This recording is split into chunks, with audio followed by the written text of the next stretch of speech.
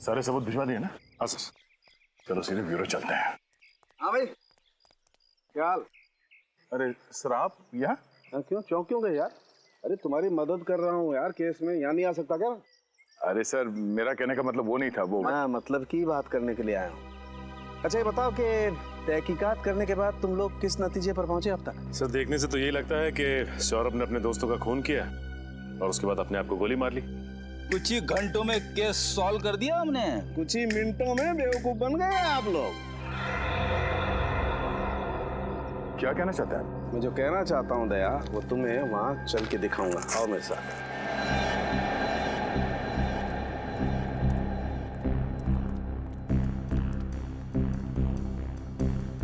यही जगह है ना जहां पर सौरभ की लाश थी?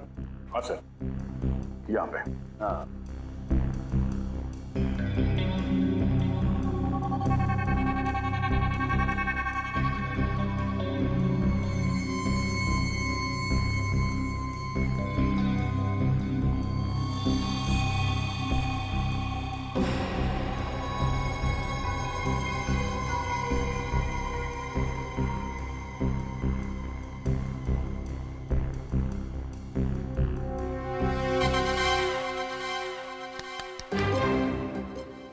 सौरभ बन जा। यानी कि मैं मर जाऊं?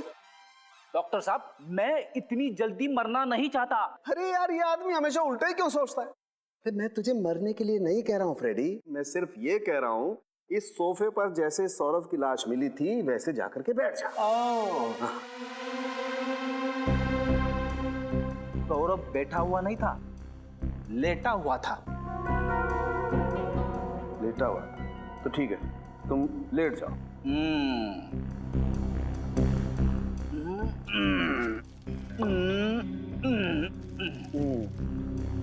ऐसे ही लेटा हुआ था दया। ये पैर ऐसे ऊपर, हाँ, और गर्दन ऐसे पीछे पीछे की तरफ। ओह। और दया, अगर किसी इंसान को अपने आप को गोली मारनी होगी तो स्वाभाविक रूप से उसे थोड़ा सा आगे की तरफ झुकना पड़ेगा। खड़े, आगे की तरफ झुक। अरे क्या मुसीबत है डॉक्टर साहब? अरे मुसीबत कुछ नहीं है, जो कह रहा हूँ कर, आगे झुकना। कैसे झुकूं? अटक जाऊंगा। अरे पैर नीचे कर यार। हाँ। ऐसे ऐसे, ये। अब जैसे सौरभ ने अपने आप को गोली मारी थी ना, वैसे गोली मार। लेफ्ट हैंड से नहीं, राइट हैंड से। सौरभ लेफ्ट हैंडेड था। नहीं, सौरभ राइट हैंडेड था। वो राइट हैंडेड था, ये आपको कैसे पता चला? दया, मैंने सौरभ का ड्रिंक का ग्लास अच्छी तरह से चेक किया है। उस पे जितने भी फिंगरप्रिंट्स हैं सौरभ के, वो सब राइट हैंड के।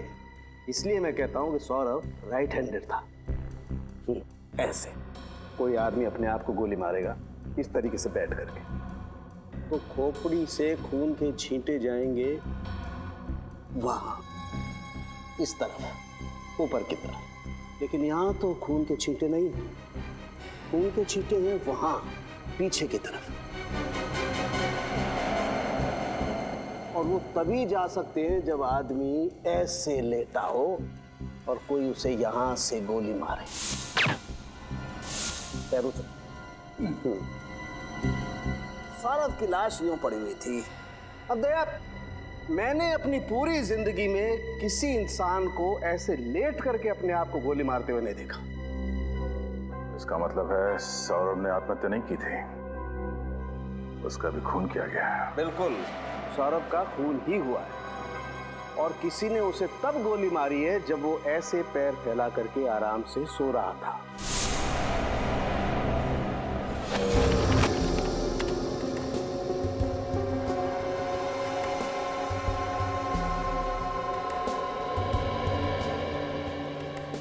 अभिजीत, सौरभ और यश के जूतों में मिली मिट्टी मैच नहीं करती है, अलग अलग है। मतलब यश का भी खून सौरभ ने नहीं किया है, वो नहीं कोई और ही है। सर, फार्म हाउस में जो बाल मिला था उसकी डीएनए रिपोर्ट आ चुकी है। ये बाल किसी लड़की का है। वाह कारिका जी वाह, आप कुछ ना कुछ नया मोड़ लेके आती है केस में, कैसे कर लेती है? नमस्ते। नमस्ते। नमस्ते क्या तारिका जी, आप कुछ समझाते क्यों नहीं है? अरे मैं क्या, अच्छा छोड़िए, क्या क्या पता चला इसे डीएनए रिपोर्ट से? ये लड़की का डीएनए उन 5 मरे हुए लोगों में से एक आनंद के डीएनए से मैच करता है। आनंद के डीएनए से? यानी उसकी कोई रिश्तेदार? आनंद की तो सिर्फ एक ही रिश्तेदार है, उसकी बहन निशा। निशा? लेकिन सर, जब निशा ब्यूरो में आई थी तब उसने बताया नहीं था कि वो भी फार्म हाउस गई थी।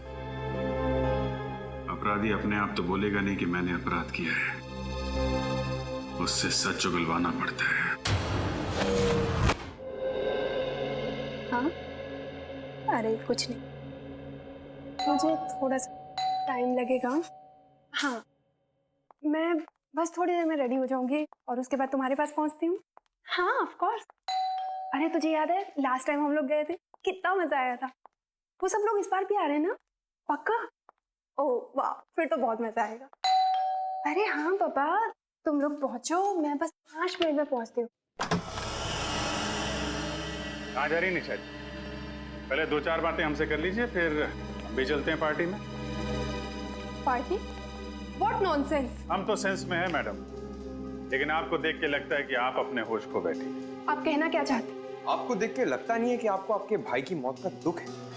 ऐसा लग रहा है कि आप पार्टी करने जा रही हैं। देखिए, ये मेरी निजी जिंदगी और मेरी निजी जिंदगी में मैं क्या करती हूँ क्या नहीं, इस बात से आप लोगों को कोई प्रॉब्लम नहीं होनी चाहिए। बिल्कुल नहीं मैडम, लेकिन अगर आप किसी और की जिंदगी के साथ खेल खेलेंगे तो हमें जरूर प्रॉब्लम होगी। लेकिन मैंने किया क्या है? सबसे पहले आपने हमसे झूठ बोला है कि आप उस रात सौरभ के फार्म हाउस में नहीं थी।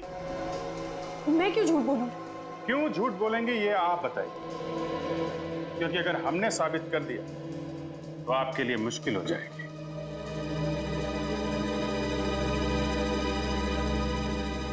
बोलिए बोलिए बोलिए, आराम से बोलिए। हम समझते हैं कि मुंह से सच निकलने को थोड़ा वक्त लगता है, लेकिन आपके पास सबूत क्या है इसका? फोरेंसिक रिपोर्ट है हमारे पास जो साफ साफ साबित करती है कि आप उस वक्त फार्म हाउस में थी। अगर आपको वो रिपोर्ट देखनी है, चलिए हमारे साथ ब्यूरो।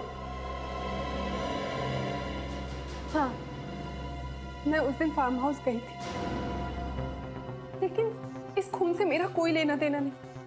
हमें सब कुछ पता चल चुका है निशा जी। आपके भाई के साथ आपकी बनती नहीं थी, प्रॉपर्टी का केस चल रहा था, और उसकी मौत के बाद आपका रास्ता साफ हो गया और प्रॉपर्टी आपके नाम हो गई।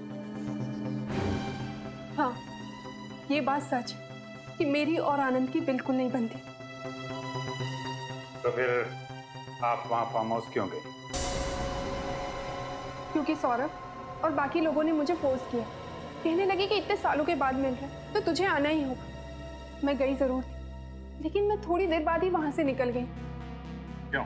क्योंकि उस रात आनंद और मेरा झगड़ा हुआ था और मेरा मूड ऑफ हो गया, तो मैंने वहां से जाना ही जरूरी समझा। ये बात आपने पहले क्यों नहीं बताई हमें? मैं डर गई। मुझे लगा कि अगर मैं आप लोगों को ये बात बताऊंगी तो आप लोग उल्टा मेरे ऊपर ही शक करने लगेंगे। वहां से निकलने के बाद आप कहाँ गए? उसके बाद मैं घर पे आकर सो गई थी। वाह, बहाना अच्छा बनाया ताकि किसी गवाह की जरूरत ना पड़े, लेकिन जब तक ये केस सॉल्व नहीं हो जाता आपको ब्यूरो में रहना पड़ेगा।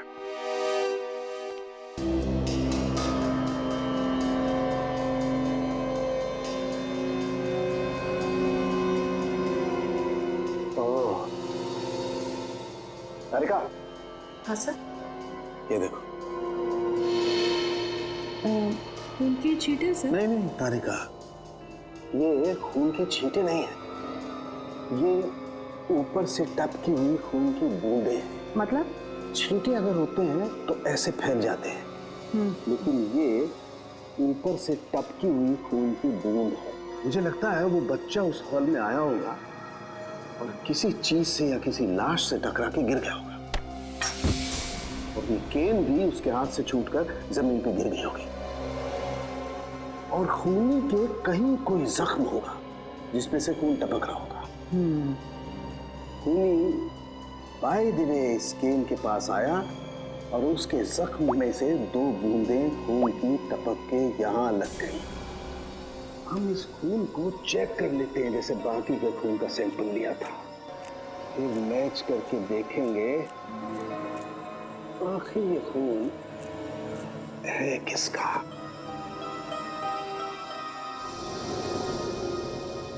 ये देखो तारिका, ये उन 5 लोगों के ब्लड का सैंपल है और ये खून है जो इस केन पे लगा हुआ है। एक काम करो, अपने रिकॉर्ड में चेक करो कि किसी से मैच होता है क्या। हेलो अभिजीत। हाँ डॉक्टर साहब, छड़ी पे जो खून मिला था क्या पता चला उसके बारे में? अभिजीत, ये खून उन 5 मरने वालों में से किसी का भी नहीं है। फिर तो निशा का ही होगा। नहीं, निशा के खून से भी मैच नहीं होता। वो क्रिमिनल रिकॉर्ड में चेक करके देखा? वो भी देख लिया, लेकिन रिकॉर्ड में किसी से मैच नहीं हो रहा है।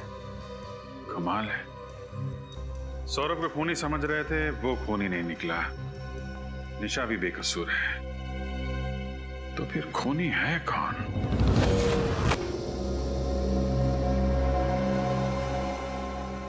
एक बात तो पक्की है कि इन 5 में से किसी ने भी किसी को नहीं मारा और ना ही किसी ने आत्महत्या की है।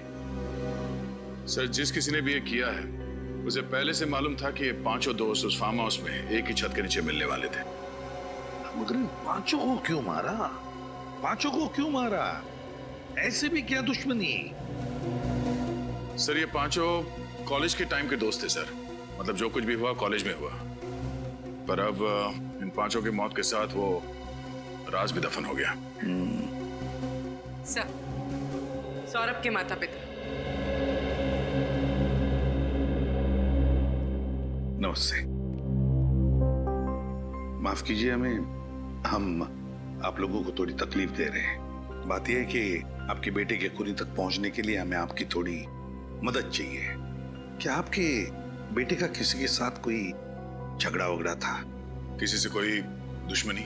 नहीं, दुश्मनी का तो सवाल ही नहीं उठता। बहुत शांत स्वभाव का था सर वो, किसी से ज्यादा बातें भी नहीं करता था वो। अच्छा ये बताइए कि आपका बेटा सौरभ डॉक्टर मुकेश के पास इलाज के लिए जाता था? जी हाँ। लेकिन क्यों? अपने चिड़चिड़ेपन, टेंशन और नींद ना आना, इसके लिए। मगर बचपन से वो ऐसा नहीं था सर। मुझे आज भी याद है, वो कॉलेज की आखिरी दिन वाली पार्टी की रात थी। बस उसी रात से वो ऐसा हो गया। क्या हुआ था उस रात को? पता नहीं सर, बस पार्टी से आया और सीधा ही अपने कमरे में चला गया। 3 दिन तक वो बाहर नहीं आया, ना कुछ खाया ना कुछ पिया, कुछ भी नहीं सर, कुछ भी नहीं। इसीलिए हमने डॉक्टर मुकेश की मदद ली, उनसे हमारे घरेलू संबंध है। बाद में वो धीरे धीरे ठीक भी हो रहा था। ये सब उसके कॉलेज के दोस्तों की वजह से हुआ।